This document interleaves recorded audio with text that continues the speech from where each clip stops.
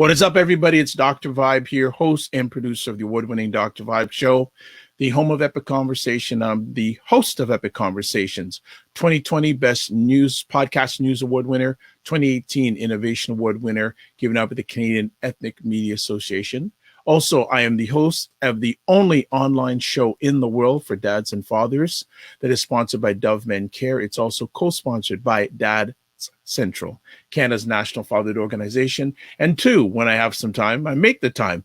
I am the board chair for the Global Food and Drink Initiative, whose mission is to showcase Blacks in the diaspora who are doing their thing in food, wine, and travel. As always, I like to say you're blessed, highly favored, a magnet for miracles, and a solution for someone's problem. And it is Black Canada Talking time, because we're broadcasting live on May 2nd. And Black Canada Talking is a live online event that provides Black Canadians the opportunity to give their takes on stories and POVs that are of importance to them, or we showcase Black Canadians who are doing their thing. Today we have another special guest, a new friend to the Black Canada Talking platform, new friend to the Dr. Vibe Show platform. We know him a little bit because I've had him on my other platform a little while back, but I wanted to showcase this Black male thought leader, Black Canadian male thought leader to the world. His name is Anton James. He's a son, brother, and father of two amazing children, a 13-year-old daughter and a soon-to-be-old 12-year-old son. And while they both, as he says, they both believe themselves to be in their mid-30s at least, they effectively keep him sharp and alive. He is the youngest son of two brothers, both of them attending school out of the country. After returning from the United States, he attended the University of Toronto. Upon graduation, Anton was recruited by UPS, United Parcel Services, and was one of the 4 members of the permanent strategic business planning team. While he was at UPS, he developed and managed strategies, programs, and projects, and managed hundreds of millions of dollars and teams of up to 25. After leaving UPS, Anton led the strategy and marketing for technology startup, which grew to become Canada's fastest growing company. Along the way, he won many awards and accolades, culminating in the an invitation to the United Nations in Geneva, Switzerland, to discuss global competition. After the technology startup, he transitioned into consulting. Some notable clients include Rogers, TELUS, the Toronto Transit Commission, and Autism Ontario. At this point, he endured some personal shakeups, a divorce, but he was blessed to secure full custody of his 2 children. As a result, he transitioned back into the corporate realm and led marketing sales strategy efforts for diverse industries, including medical, SaaS, technology, artificial intelligence, and not-for-profit, to name a few. While he continues to work in marketing, sales, and strategy realms, he's been ramping up his hosting, moderating work, and currently hosting 2 national shows, which engage politicians, banking, technology, and industry leaders, while the other show engaged segment leaders on diverse sectors. So he says what distinguishes himself is his ability to connect with people, his adaptability, and his tenacity. So let's welcome to Black Canada Talking for the first time, but not the last time, Mr. Anton James. How are you today, sir?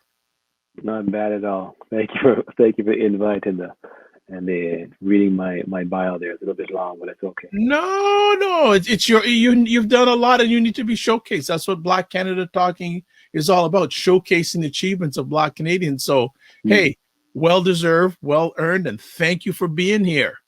No problem. My pleasure for sure. Good. Before we get into chopping it up a bit today on Black Canada Talking, we'd just like to know a little bit of your background. We've got the professional end. Where did you grow up, life growing up, etc.? Yeah, well, that's interesting. I grew up for the most part in the GTA, Mississauga specifically. Did school down here.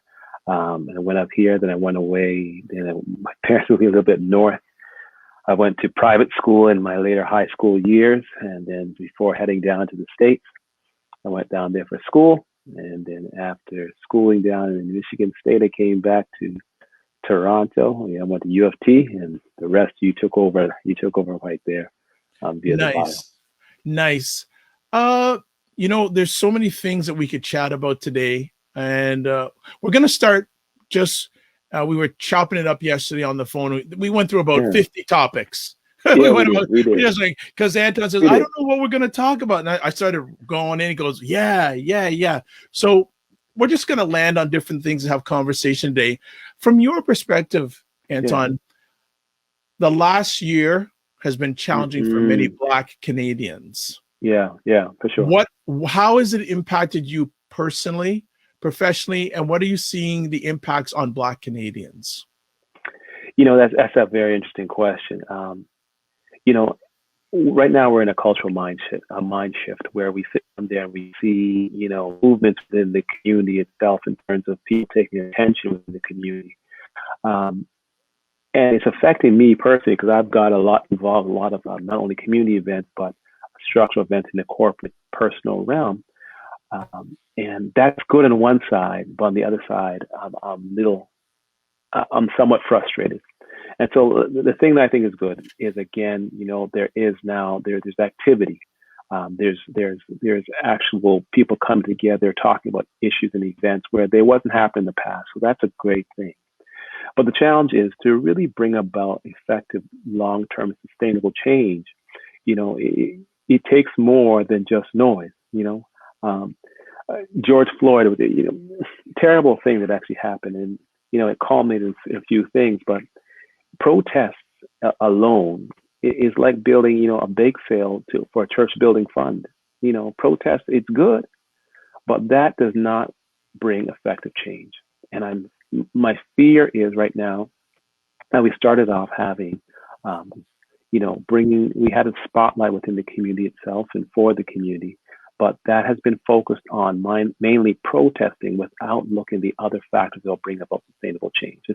Factors such things as economic change. You got to talk about social change. You got to talk about structural change. You got to talk about empowerment change, and really change the mandate and the thought to actually coalesce together in one to actually move for economic. It's all got to tie to economic. When we bring strategies or any form of change points, you really got to focus on uniting together as one. And I think what we're challenged being is, one, we haven't neutralized under one uniform platform. So, we still have all the divides within us. We're not, we have the African Americans, and then you have the Scotians, and you have those from the Caribbean and so forth. So we haven't united under one of those challenges. Two, we haven't coalesced under one strategy. This is what we want politically. This is what we want economically. This is what we want from a social reform, a judicial reform. And those without having any strategy and plan, or there is individual strategy, but collective as one, it's challenging to actually implement because you have many people pushing different ways. And so that part's a little bit frustrating for me. Mm-hmm. So I'm glad to see that, there's a lot of organizations emerging now, and there are a lot of people talking. But I'm frustrated because not a lot of movement has happened outside differently.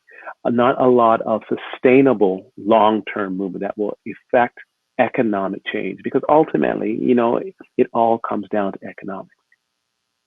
Good stuff. I can go in more detail, but no, you're going to. But let me ask, what do you think some of the root causes are for the lack of collaboration? Hey, you're asking some hard questions, man, because you know what? We can go back. Socialization is one. We can socialize. The system as a whole, any system, not just this system, any system is there to maintain itself. And so that the system will educate those that are under the system to act in a certain way. And that system will sit down and say, and we've bought into the system. For example, a lot of our forefathers came to over here, and I'll talk about Canada specifically because I'm here right now, is our parents came in here working hard, doing what they got to do to make a better and a change for us.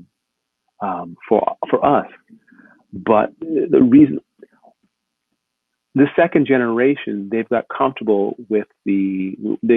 because now they have the appearance of middle class, so they don't have that same drive. And because they don't have that same drive, they're not united together for one commonality, let's make a change, let's make a difference. It's more, it's in versus let's stand and fight together and push for economic growth. everyone tends to be looking for themselves and recognizing as a people, it takes a village to raise a child. It is a community that really makes forward. And we have lost that unique, I won't say we haven't lost it, but it's not as strong, the diverse push for unity and community, because community will ensure economics are standing up. That will ensure judicial reform is actually done. The political, political movements and continuation, social reform, and how we raise and the moral values and all those ones, we're moving on where it's more individualistic. And I think that's part of our challenge. Has the last year widened that opportunity of collaboration in your head?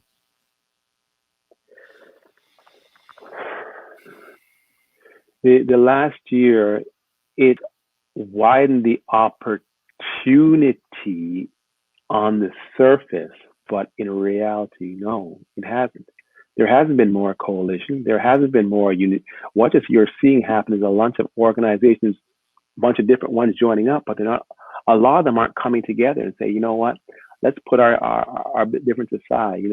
My background, as I said, when I write strategies, so I've worked with a lot of organizations. I write strategies, and I say the first thing is everything dilutes from the one general push. We've got to put it off to the side. Amongst ourselves, we can figure out the uniqueness, the whatever there may be, the Scotians, the Jamaicans, the Bajans, the Trinis, the Africans. Forget that, because we've got to come together as one. And so the divide is being open where we're getting more, as a community, we're getting more attention, but we're not taking that attention to focus it on a funnel to say, okay, let's now, because universally we all have this one challenge, that we're being underrepresented in the corporate realm, that we're being treated in the judicial system, our educational systems, we're not being taught the cultures and history that best reflects both the negative and positive of our experience. These are things that you unite, and I don't see a lot of coalition to actually move those together. There are definitely organizations that are doing it, but I'm seeing a lot of just everyone doing it, everyone doing it for themselves. A few minutes ago, you said if you got permission for me to go deeper, I'm giving you permission to go deeper. Okay. Well, okay. So give me some direction, because I can go on a lot of different tangents. Okay. All right. Where do you want me to go? So let's start off with just the whole frustration of organizations popping up, and I see them all over the place, and it makes me scratch. Well, there's no marks in my head, but it makes me go, is it still the whole divide and conquer from the past still living out? Well, you're hitting it dead on. If you're going back to the Willie Lynch, that's exactly what it is. You're talking about the field slaves versus the house slaves. It's the same mentality. You know what? In society, you have those that have, the worldwide caste system, and the blacks tend to be at the bottom of the caste system. So the ones that rise above, they say, well, I want to make sure I'm distinguished. I wanted to build a caste system within my own caste, and so I'm better than those ones, or I'm going to be different than those ones, and I can do it. Let me become all the glory. And you're like, listen to me. At this point, recognize at the same spell, what you're doing is you're diluting it. Double E. Du Bois said the talented tend to go through, that those that naturally rise up should look back and reach back to pull others up. Oftentimes, that's not what's happening. Those are reading up. The talented tend to going back and saying, look how I'm different. Look how I'm different. And I don't want to work with those ones. I want to be the one superstar in the room. I want to be the one that can sit down and say, I'm doing great. And when I do so, my privilege is to get more acceptance versus, looking for our second and third generation. Our responsibility, the reason why I get so involved with our Black community is not only just am I a Black individual, but I have kids coming up, and they shouldn't encounter the same challenges that I encountered. We need to be putting infrastructure in there. We need to work together. Put aside, listen to me, as I said, and I say again, I'm against, I'm of Jamaican descent, but I would be against any strategy that says, let's elevate Jamaicans. I'm of, they say a mixed funny eyes. Okay. I would be against any strategy that enhance the funny eyes or the curly hair or whatever, because that is the problem. It's divide and conquer. Find different ways to dilute our overall strength. It doesn't matter. It doesn't matter how I'm different than you, than you, than you, than you. We're all together as one. And if we move together as one, we can actually make united change difference. But that philosophy is not being coalesced. The challenge is other communities, they're coalesced because, they're distinct, but they're held together because they may have one or two religions. If you go into the Asian community, they're either Hindu or Muslim. There's not a whole lot. But in the Black community, from Baptist, Pentecostal, Episcopalian, there's no one coalescing, community group that brings us all together. Or you'll have the Jamaicans versus the Bajans versus the Trinis versus the Africans. And we're saying, there are organizations for sure that is actually saying, let's reach out to all. But there's a lot of organizations that's just trying to specialize. I'm like, this is not the time for that. The time is once we get up there and we're able to move forward, then we can split. We can worry about all that later on. But just to be seen in the past, historically, if you look at any type of movement, it's always you can't dilute your power or spread too far. And too many people are just saying it's about me, and like, no, it's about the community right now, man. It's about the community. I can go on. You let me know if I'm going too far. No. Going deep, brother. Going deep. I want you to continue on, but I also want to add another layer. Obviously, you're involved in a lot of community work. Do you get to have conversations with individuals in these organizations who you feel aren't getting it? And what are you telling them? And is the light bulb coming on? Oh yeah, for sure. So because like I said, I'm involved with a few industry groups, and I don't know whether I don't know why it's anyway. So I get approached a lot by a lot of other ones as well, and they're saying, well, I don't like this person, I don't like what they're doing, so I want to build something totally different, and I'm going to do this. And I'm like, listen to me, stop. And I'd get to the point where to say, I'm not doing any more strategies for any more diverse communities. You have a great thing that has a little bit niche that's different than what they're doing. Why don't you guys come together and join them together? And what I was finding was there was organizations, some that was based in the States and trying to come up here, and there was organizations that was trying to focus on economics, another one trying to focus on this. And instead of saying, I want to unite together, they weren't. They were saying, I want to, when that money comes, there's money coming out, I want to be able to distribute. I'm like, well, based upon what? What infrastructure do you have? Like, it's just now that you heard money might be available, now you want to make a difference. Well, how are you going to make that difference? Money by itself is not going to be an answer unless you know how to distribute that so that the community, it's got to be, we got to get to the place where the community is the benefactor, not individual, not me, not you, not this, but not only for us, but our children, because we have to build systems. That's what we really need, is we've got to affect, and I've told many, we have to build effective systems that can be passed along. So when the interest in the community that dies down, that we can sustain ourselves. So, the reality is when we talk about things that, how does the Black community sustain itself? We don't have community. Where's our hospital? Where's our schools? When is our industry? I've heard people say, well, we just got to spend our own. I said, in theory, you're saying that, but you don't know what you're saying. So you're going to just spend Black? Okay, so how are you going to spend Black on your telephone? How are you going to do that? Show me your gas stations.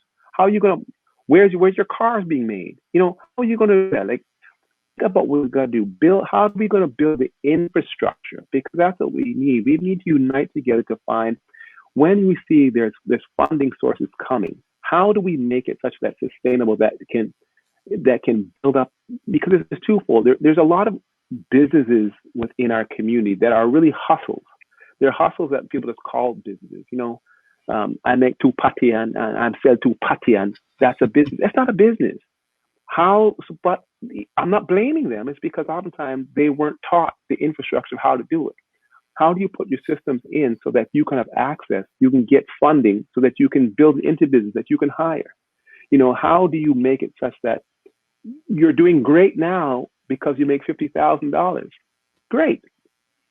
But you could be just so much better if you just systemize. If you learn to systemize, you can make $500,000, And now your children have something to inherit. You don't want to be inheriting jobs, but people are coming out here and they want to floss. This is not time for flossing.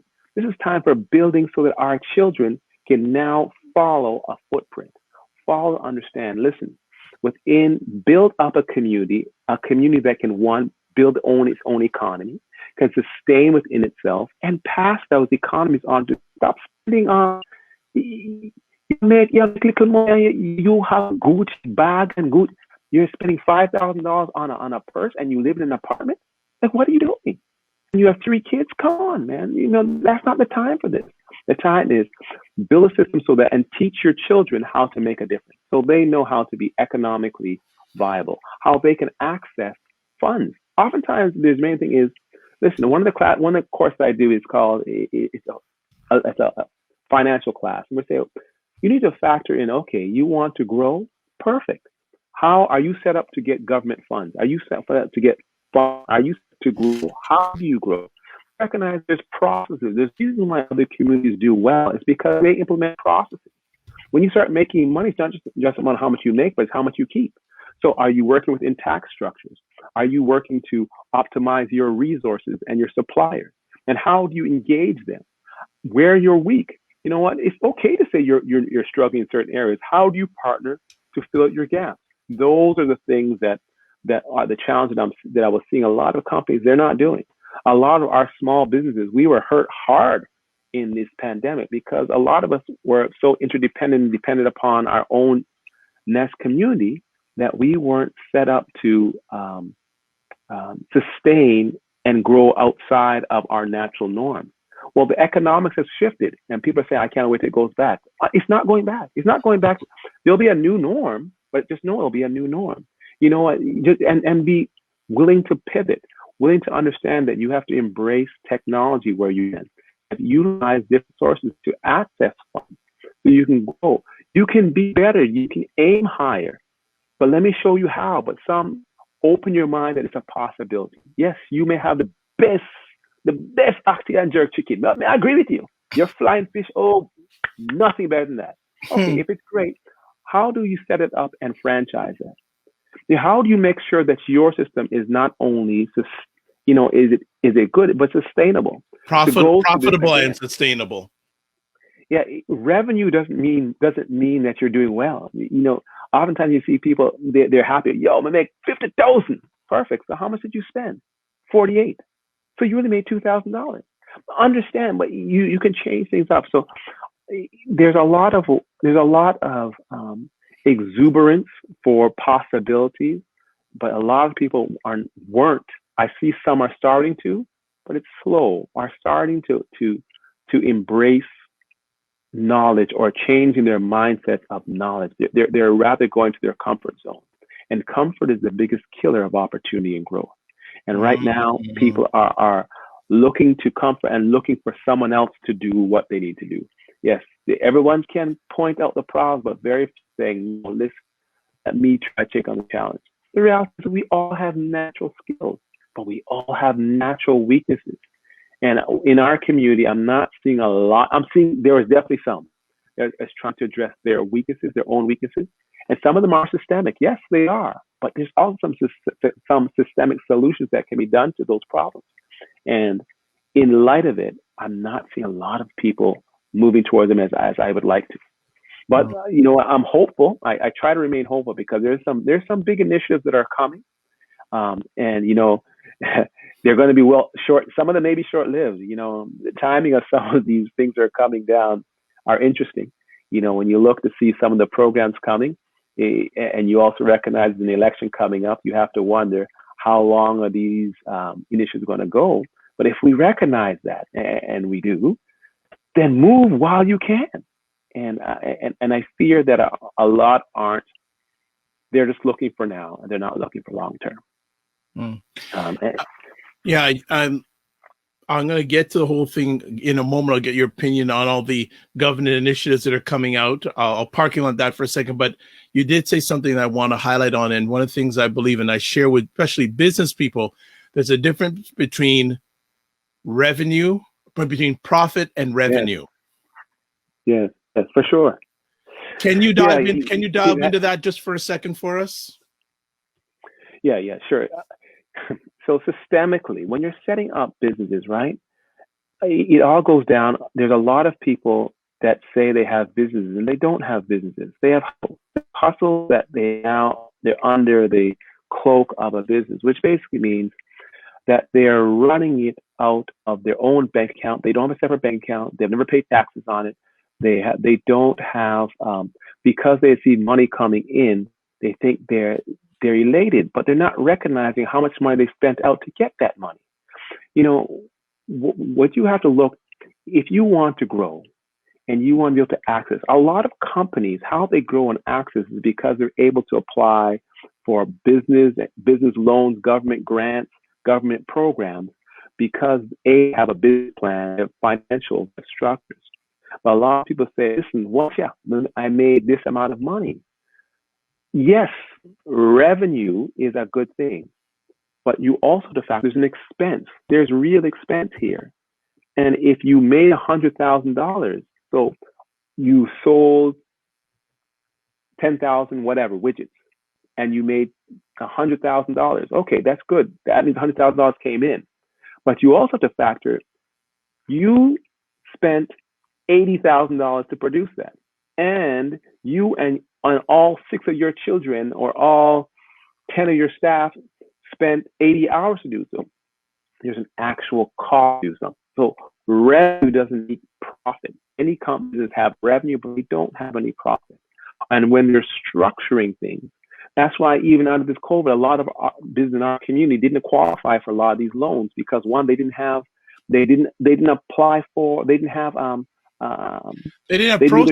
processes in place. No they governance. Have infrastructure. They don't have, right. Their bank account, their personal bank account is also their business bank account. They didn't have any payroll on staff. They didn't have any people being paid. So all those different ones, people say, well, I want to pay the taxes, but those same things, you don't realize people get ahead by systems. And that's not just businesses, that's people, that's a community. And we've got to develop and recognize other communities are utilizing systems to move forward. So for example, there are many communities that are getting government grants. Grants, you don't pay that money back. You don't, but you can only get it if you can only qualify if you have a business account, if you have filed your taxes, if you've done these particular aspects. And there's nothing wrong with that. Paying taxes is only relative if you're not making money. If you're making money, it doesn't matter. It's like a man saying, well, you know what? I don't want to pay any taxes. Well, listen, if I'm going to get $1 million and it's going to cost me $50,000 to pay taxes, I'll pay $50,000 in taxes every day to get $1 million. Mm-hmm. But people say, well, I don't want to pay. Well, you want to avoid paying taxes and avoid depositing. We've got to change our mindset. We have to change our mindset that what we're trying to do is build profitable business. Profit means, it means a couple of things. One, that after you pay your expenses, you pay yourself, there is still money in there that can reinvest and start it and continue to grow. Two, you've got to pay it so that you can pass along these businesses, because many people are setting up, they're just jobs that they pay themselves. That's not a business. You want to set things up so that if you're not working, it's still making money. And how you do that, you set up systems. And that is what I don't see as strong within our community, is how to, okay, you don't want to let them know what's in your recipe. Well, there's nothing wrong with that. Well, there's ways to protect that. Maybe only at least this person have this part of information, this person get specialists can do. You don't have to be you shouldn't be the accountant and the bookkeeper and the person answering debt. If you want by you selling can make $500 an hour, why are you the one answering the phones that can be replaced with someone that makes $10 an hour? Why you change the mindset? That's oftentimes, it's sometimes small things that make such a big difference. Yes. Understanding the system. And in our community, I find that we weren't taught that. We were taught to be employees, coming over here. We were taught to be employees. We were taught to work with the system. And I'm saying to us that this is the time to challenge what we've been taught, because we know there's more. One of the communities I work with, I don't know if I'm supposed to avoid or saying certain organizations. I don't know if I am. But one of them, they have a program out there, an example, and what they're doing, they're helping Black specific communities they're giving them grants. So if you have a business that can show that it is a business and not a hustle, that means that it can sustain itself. It can grow, it can scale. Be clear, scaling is not growth. Scaling is the ability to grow without breaking. So in other words, if you're making pepper pot in your kitchen, there's going to be a point when you can only make so much pepper pot in your kitchen. You've got to be able to go and say, okay, you know what? I'm going to get an outside facility. And in order to make this happen, I'm going to have a certain amount make this portion. Then I'm going to have a financial system and get resource that can get this, a supplier that does this, an accounting system that can do the whole app, so that you build systems so that you now oversight and you are now working on your business in contrast to in your business. That needs to be the goal of our community, is that you can get an idea that you are turning, and so you work on your business instead of in your business. Too many of our people work in our business. That's all they're doing, and they're working 18, 19 hours a day, and that's not sustainable. It's not sustainable. 2, your kids aren't going to want to do it behind you. And 3, that means anything that happens, you turn sick, and all of a sudden you can't work 18 hours a day, your business goes under. It's not because of lack of intelligence. It's not because of lack of good ideas. It's not because of lack of anything else. Oftentimes it's not knowing and sometimes refusing to hear. So that's my frustration on this whole thing. Again, I can go on tangents because I've seen it many times. I work with a few organizations, and it's frustrating to me because we as a people, we've got to not only move See, for me, I build strategies. I'm a strategist. And when I build strategies, everything's got to tie to one of 3 things. If you want to be effective, your strategy has to either turn to affect profit, privilege, or position. You've got those 3 things. Everything else is irrelevant. If it doesn't tie to changing profit, privilege, and position, it doesn't change. And I'm in this position right now. I want us as a community to change. There you go. There you go. Laying it down. Let's take a look at what are your thoughts of the whole system of the grants and loans, that system. Do you feel that those systems are set up for success for the Black businesses, the Black social enterprises, and because you've already highlighted that you feel that a lot of them are not set up for success. What are your thoughts about how the government does the way it hands out grants and loans? Oh, you're getting me into some interesting waters here. Yeah, I'll tell you this. Historically, I'll talk historically, then I'll go into present. Historically, we've seen over and over and over again that initiatives and programs and policies that's quote unquote been targeted for the benefit of quote unquote the Black community never tends to go to those communities. You have things such as we'll get access to government grants and procurement. You go out these contracts, but if they say, what's the qualification of those contracts? Well, you've had to be in business for 15 years and have $10 million in assets and have 40 staff. Well, that by itself disqualifies 98% of Black companies. But they say it's going to Black community owned. So what ends up happening is you have larger other people, other communities come take that one and say, okay, but we'll have a Black person in there, and it doesn't get disseminated through. You have programs such as affirmative action. Affirmative action was deemed as one because Blacks were disenfranchised from the system. Then what ended up happening was, well, one, who is the biggest benefactor? It's not Blacks, it's female whites. And this is not. I'm just saying what the facts are. I'm not saying yes or no. Or you'll see that there's a lot of representation in the lower levels. Diversity, similar now we're talking about diversity and inclusion. A lot of diversity and inclusion means let's get the numbers. Well, numbers alone is ineffective if they don't have position or have the ability to make effective change. You know what? When I was at a company, a large logistics company, I'll just say it out there, it was very interesting. You have 5,000 people across 5,000 people across Canada. only 5 of us had any form of power. So there was a whole leap of our community in the janitorial staff, in the clerking staff, in the secretarial staff, but in any form of power that could hire people, that could influence decisions, influence programs, it's very relative. So you know what, this realm, because a lot of people are talking about diversity, inclusion, equity and inclusion, there's a very big difference. I don't think it's well known, and I think right now that I see that a lot of these organizations is going to maintain that same philosophy, although I see them taking efforts, because you have to remember, at the end of the day, a system is designed to protect itself.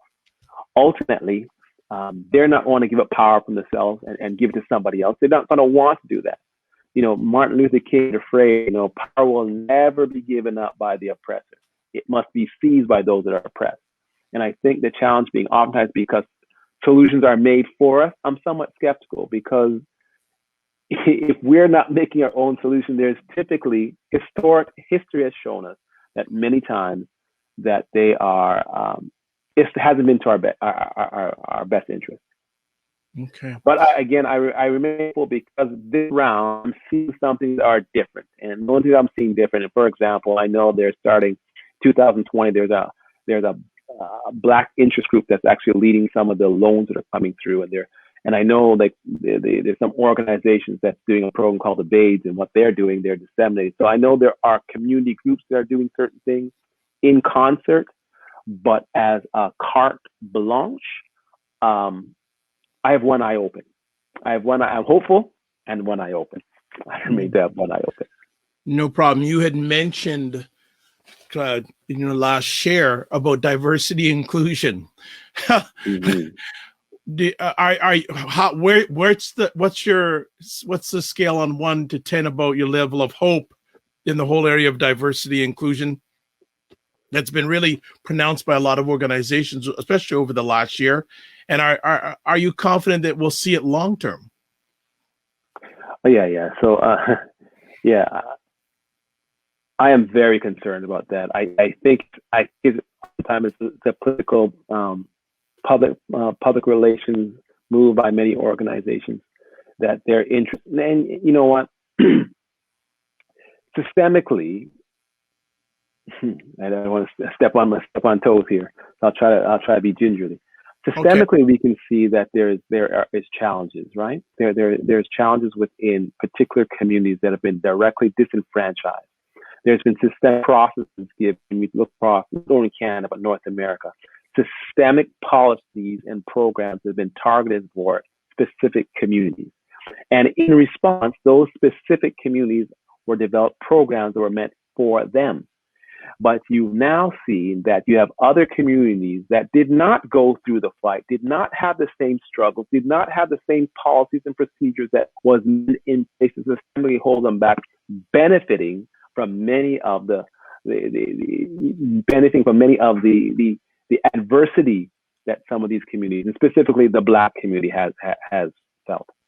So when they talk about now, all of a sudden they're waking up that they didn't realize that this was a problem before, is somewhat disingenuous. Because to say they didn't know, it's interesting.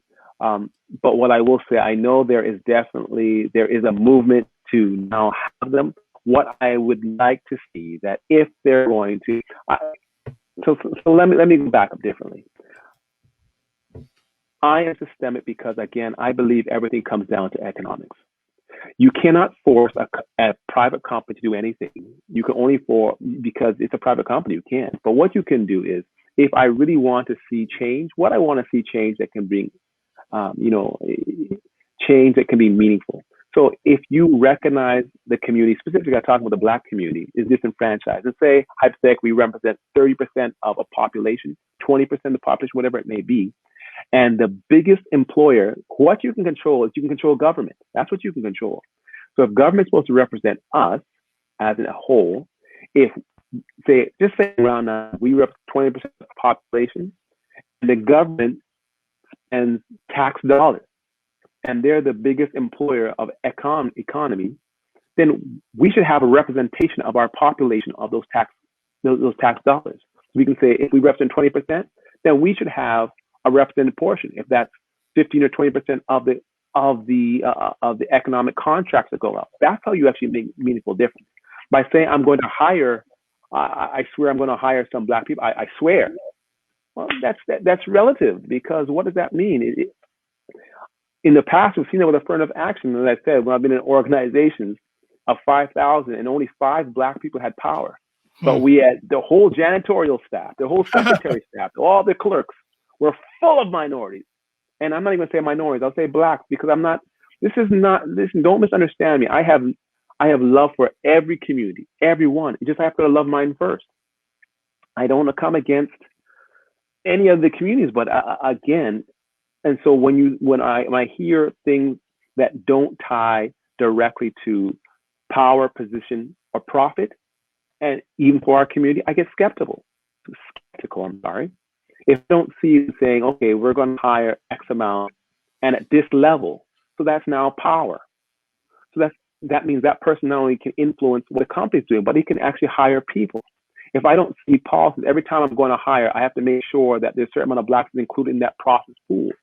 And that therefore, similarly, as the same movement they've done for the gender gap, that same strategy being applied, I'm somewhat skeptical, because I'm saying, okay, so you've made dramatic differences for gender gap equality. And I think that's phenomenal. That's great. So you know how to do it, but you're not applying it when you're applying to this community. They're showing you a challenge. So when you say, am I concerned? I am. I would say, yes, I am concerned about that. Do I believe, now one thing I will say, many organizations are saying certain things now because for many reasons. Some is because they're being corporately shamed into it. 2, some are because, it's part of their political mandate. But is it sustainable? No, I'll tell you this. Shame, morality, those are not business deciding factors. Those are not sustainable. What becomes sustainable is when you build up a community such that they can produce products and services that are seen and are a viable option for larger corporate entities, such that they're saying, okay, then we can now utilize them as we can utilize any other community, and we want to include them. Unless you can get to the stage where they're economically sustainable by themselves, then they will always be in a position where they're asking for something that they should be demanding, that they should have been there.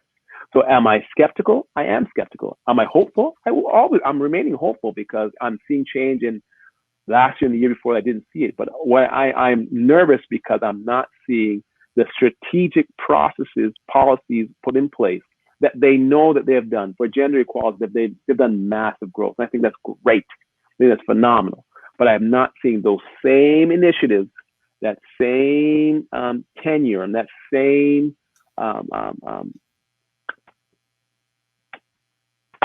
and what's the word? A lack of words right now.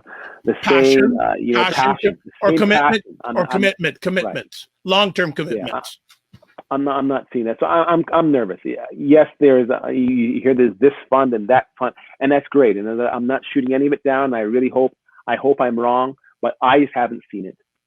Seen some do.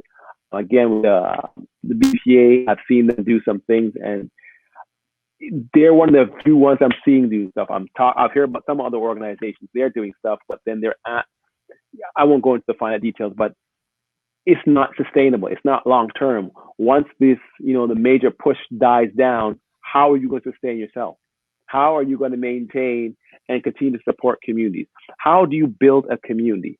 There's a difference between a neighborhood and a community. A neighborhood says in a certain geographic structure that you have different things in a geographical structure, but you're not necessarily connected. A community means that you now have a shared common belief, a shared common interest, a shared common value. How are you building the value such that we tell our kids to get educated? We tell them to get educated to go and do what? Because our own community, we're not building a community that can educate those kids when they do get educated. So when they finish, that they're oftentimes the last hired in the first hire. We have to get to build our community so that we can now not only send our kids off to school and give them the scholarships and the opportunities, but also build a community so when they're finished, they can come back and they work for us. They work within our community, building up our community. Again, I built a 7-stage strategy of how we get through this. How do we change the structure? And it takes just that, man. You know what? You have to have tied economics from tax. We raise X amount of taxes as a community, that therefore X amount of contracts need to come to our way. We need to build trade within diaspora. We've got to trade directly with some of our diaspora unions. We talk about what you do in Jamaica. Well, why are you're outsourcing your business to Philippines and Africa and Philippines and India, and outsource some of those call centers to Jamaica and to Trinidad and to the Guyana nations. You can talk about products when you can actually do that. Now you start to say, okay, education. We got to educate our kids different. We have a lot of teachers in the community. How they teach in growing up in school here. The only time I heard about blackness was, they're naked running in a hut in Africa, or they were former slaves. It wasn't until I went to a private school that I heard about my history, and I went down the States. And then you hear about the double E. Du Bois and the Marcus Garvey. So you really hear about their strategies and what they're doing, and you hear about the Dr. Claude Andersons, and you hear about the different minds, and you say, wait a second, you don't even know these things exist. Right now, you hear a black person doing well, and it's an anomaly. You're like, oh wow, they go on about LeBron James. LeBron James is phenomenal. I love what he's doing. Forget his basketball side. I'm talking about what he did with his school system. He's an athlete. Phenomenal. Who cares? Let's talk about what he really did. He's making massive changes. Let's talk about that. Let's talk about how. What did he do? What were the systems? That's what we've got to educate our systems. What was our history? Where do we come from? They talk about Egypt. They talk about Egypt like it's in a different country. Egypt is in the middle of Africa. Africa is a black nation. Where did they come from? Where was science and chemistry and calculus and physics? Where did that come from? That came from a black community, but that's not shared. So oftentimes you have black people there. I've seen a lot of kids. They're embarrassed of their blackness. They try to hide and pretend. Well, where are you from? Well, my grandfather was Irish. Well, listen to me. Be proud of where you're from, man. Be proud. Don't talk to me about your 7th generation. Well, man, so it's because we're not educated to a certain sense to really understand the strength and the value that we are. We're educated to understand and value ourselves and our contributions. When we don't educate ourselves, then we talk about the social systems and the judicial systems. Well, then how, they talk about the states, like the things they're doing, there's no organized strategy. Every time they're killing, nothing personal. George Floyd is phenomenal. I'm so happy that he got convicted, but the reality, it's a different strategy they got to do. Everything's got to tie to what. Remember, I told you, power, privilege, and profit. Every time that they do, one get shot, forget protest. 2, organize a coalition that every time someone is shot, that there is a fund being set up that you're going to sue the city, sue that cop individually, sue that police force, and you're going to start to see, now it's starting to affect their economics. If it affects a system's economics, then they'll bring about change. Sit down and protest, and they know that you're going to protest for 2 weeks, and then you're going to go home. That doesn't bring about change. And so we've got to educate. How do we do that? Even our own judicial system. Well, how do we get representation? Because, having a person on the board that has income like you, but they have mindset that's totally different than you, is not your advantage. Clarence Thompson is not helping us. He's actually hurting us. So how do we educate and change the judicial system? Again, it comes back onto economics. So the whole aspect is my whole philosophy is we've got to really explore our opportunities. We can make change. There's a great opportunity because things are changing. This COVID pandemic has really influenced things in a way and brought new light. But I'm fearing they're wasting this opportunity to coalesce under an economic strategy that will make meaningful, not short-term, but long-term continual change for our community. That's my overall fear based on what we're doing here. I do believe we can change it if there is the right focus given on the right individuals. However, history has shown that our community our leaders have been assigned for us, have been our mandates have been assigned for us, and we are not coalesced under one umbrella to push outside of what's been assigned to us. So I'm concerned. So are the things such as affirmative in diversity and inclusion, is it really going to work? It's not being pushed by us. So I have a fear. Okay. I hope I'm wrong though. No, I hope we hope so too. As we start winding it down, then what is your call to action for the non-melanated community? Yeah. And what's the call to the action to the Black Canadians? So let's start with non-melanated Canadians. What's your call to action to them? Sure. Okay. No problem. First of all, to the community as a whole, don't understand. There's no hate going. You know, sometimes people say that they're fearful or they hate, those guys are trying to hate on us or what. I don't hate any community, none. I think that there's ways to coalesce, but we've got to be realistic. When we look at any problem, is to identify that there is a challenge. You know, identifying there is a challenge. And if you see movements to actually work with a community that's looking to actually help bring about change. And the change can't be defined by you. You know, I can't tell you, when I was in U of T, I remember I was in one class and someone got up, it was a sociology class, there's 700 people in the lecture hall, and they said, you know what, the States is really bad, man. And you know what, wow. But thank God we don't have racism in Canada, but in the States, they're really bad. And they said, you know, there's no racism up here.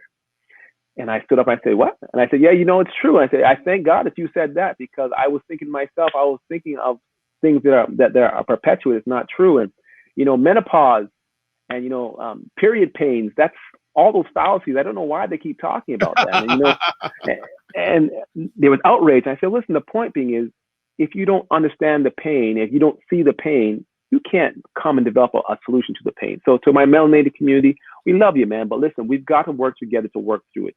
You can't say we must pick up the bootstraps, because oftentimes we don't have access to those bootstraps. You don't even have access to the boots. And oftentimes you have access to the power sources and the power structures that are often systematically holding us back. So let's explore that, because the reality is, it's not just to your moral benefit, but it's really to your financial benefit. Again, there is great opportunity here financially. Again, everything has to go to power, privilege, and profit for you as well to integrate within the Black community. Let's sit down there and don't pick and choose, but let's sit down there and get a true understanding of what the challenges are, what the real challenges are, not the surface challenges. You know, let's not look at the colds anymore, the colds and sniff. Let's get to the actual cold, not the cough, to the cold. So that's what I say to the community, to the non-melanated community. We do love you, but let's work together. And to the Black community, yes. Oh, for sure. We've got to come together. Stop it. Stop. Put the division aside. Put all whatever the divisions are. I don't care. Everyone has the right to be what they want to be, where they want to be, where they're from, how they believe. All that's irrelevant, because as a people now, we are all grouped and we are treated and qualified the same, whether we like it or not. It doesn't matter. We need to sit down and coalesce together. And then once we do, stick together so we can build economic strategy, political strategies, social, judicial strategies as a whole, not just when someone's killed. There's more problems in our community when someone's killed. You know, when someone's killed, you hear this big outrage. But where's the outrage when you hear, you know, the disenfranchisement and undereducated of kids? Where's the disenfranchised when there's no economic community? We've got to come together. We have to now work together. Stop being enamored by the trinkets, the shining trinkets. You can get a pretty car and you can get this and that. Who cares? Those things aren't going to mean difference to your life. This has got our time, not only for us, but for our children. How are your children's lives? You need to challenge yourself. How are you leaving something better for your children? How are you going to make things better for your children? If you recognize that the system that you've been taught is getting education, coming out and living a great life, that is not working for us. It works to a certain extent, but is it as effective as you want to be? No. How? Because you're the first hired, first fired. How can we build community? Let's sit down there and say, how can we work together? We've got to get to a place we've got the intelligence, we've got the ability, we've got the drive, we have so much. We have to be willing to learn, willing to work, and willing to move together as one. Together as one, we can do many. You can't win a fight with a finger. You can win something with a fist. Let's come together. I love that. Win with the fist, not with the finger. Anton, thank you so much for sharing with us today. If people want to get in contact with you, is the best way your email address? Yeah, sure. My email address is antonjames@rogers.com, or you can call me direct at 416-846-4392 is the best way to get a hold of me. For whatever it necessary be. If, for example, if you're part of the community or not part of the community, you want to talk about strategies, how we can work together, man, by all means. Whatever the case may be, man. If you want to check out one of my shows, that's cool too. I love that. Yeah, well, yeah, I didn't know you host show. What are the shows that you host? Give it some pub here. Yeah, I host 2 shows. Well, I host the 2 most prominent shows I host right now. One is called Level Up Program for the BBPA, the Black Business Professional Association. It's a financial and funding masterclass teaching Black-led businesses how to go through the whole gamut from startup to infrastructure. So the first 2 weeks, week 1, I interviewed the head economist for the HSBC. The week 2, I did the deputy governor for the Bank of Canada. Week 3, I had the head of we brought in a bunch of lawyers. How do you structure companies? And then we brought in tax accountants another week, and we talked about how do you get access to government funding. And we brought in ministers, different ministers of small business and economic affairs, and different one of how can we get access to government procurement, and what about insurance? What about strategies? What about how there's a new bank that's been coming through, FACE program, which is going to be giving grants to Black businesses. How do you do that? How do you understand? How do you grow? That's what we're teaching them. That's what we teach them. The other one is called Ask Professional. Again, it's by the BBPA, the Black Business Professional Association, and they teach issues that matter to the Black community. Whether we talk about how to improve yourself personally, your family, educationally, we talk to celebrate people within the community. We talk about challenges, everything from shadism to mental health to financial literacy to investments. We talk about how to really make meaningful change. I do a host of other ones as well, but those are my 2 most noted ones. If you want to find out about that, but definitely reach out to me. I'll be more than happy to share. And if you want to do hosting, yeah, I do almost hosting. Well, see, this is the man who's taken over for me. No one knows me anymore. Anton's just ruling things. Anton's just ruling things. No, not at all. Listen, man, I'm just a scroll trying to get in that. Like I'm telling you, for all jokes aside, man, like you've done such phenomenal things within our community, and that's the thing we need more. We need more where we have something to actually coalesce and bring us together. You have been the steady rock for years, bringing the community together and talking about what's going on, talking about real issues, and that's exactly it. So I am not, and I'll be wanting to say, I am not here. You know why I say that though? For real? Yeah. Because that's what's happening right now. You're having a lot of, everyone's trying to, well, me too. No, listen, man, I'm a humble fish. I recognize you have paid your dues. You've been there when others were not. And so I'm not here to try to take away from anybody. That's not it. I want to showcase you and just show there's others, because there was times where I was the only fish in the sea. That's absolutely correct. Just to see other fishes out there, I'm here to help. I want all of you to do better than me. I want you past me. I'm here to serve, because I believe in the true definition of success for me is service, sacrifice, and selflessness. So that's why. So I was just joking with you. I am so happy for you, what you're doing. I'm always here to serve you and your family. I want to say a big thanks. Look forward to having you back when you have time, because there's more. Anytime. Looking forward to it. Anytime. Thank you so much. It's Dr. Vibe here, host and producer of the award-winning Dr. Vibe Show, the home of Epic Conversations. I'm the host of Epic Conversations, 2-time Canadian Ethnic Media Association Award winner, 2020 winner of the Best Podcast News, 2018 winner of the Innovation Award. Also, I host the only program in the world for dads and fathers that is sponsored by Dove Men Care. It's also co-sponsored by Dad Central, Canada's national fatherhood organization. And I am the board chair of the Global Food and Drink Initiative, which is a multimedia not-for-profit that showcases Blacks in the diaspora that are doing their thing in food, wine, and travel. As always, I'd like to just thank you for watching live on the replay or listening to the replay. As always, I close out with these things. One thing, yes, BIA Media, thank you for the production. And then live your life as a dream. If you can dream it, you can make it. Sometimes you have to get small to get stronger. block assumptions, and aim bigger, aim better, aim higher, aim wider. Love, faith, and respect. Remember to give yourself grace, and we will certainly have Anton back. God bless, peace well, keep the faith, and walk good.